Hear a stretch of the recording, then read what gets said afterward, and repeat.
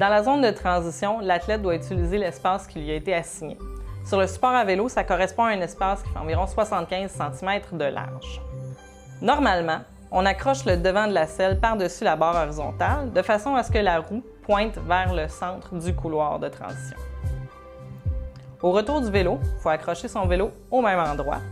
On peut l'accrocher dans n'importe quelle direction en s'assurant qu'il est à l'intérieur du 75 cm et qu'il ne nuise pas à la progression des autres athlètes. Les athlètes doivent laisser à moins de 50 cm de leur espace tout l'équipement utilisé.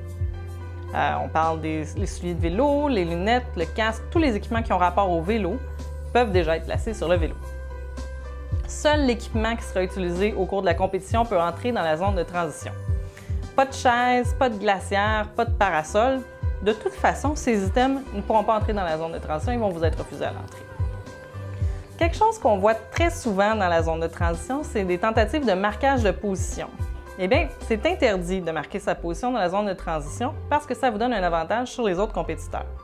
Donc, pas de ballon à hélium, pas de serviette fluo, pas de craie au sol pour marquer votre emplacement ou n'importe quelle autre méthode pour vous donner de la visibilité qui pourrait vous avantager. Si un officiel voit un item du genre, si vous êtes à côté, on va vous aviser de l'enlever.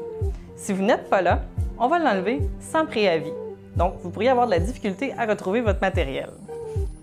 Dans la zone de transition, comme en tout temps pendant l'épreuve, les athlètes ne peuvent pas entraver la progression des autres athlètes, ni déplacer l'équipement des autres athlètes dans la zone de transition.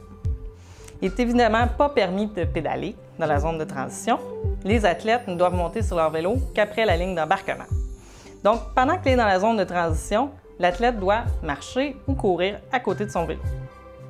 N'oubliez pas que la nudité est interdite dans la zone de transition et que si vous avez à aller au petit coin, d'utiliser les toilettes prévues à cet effet.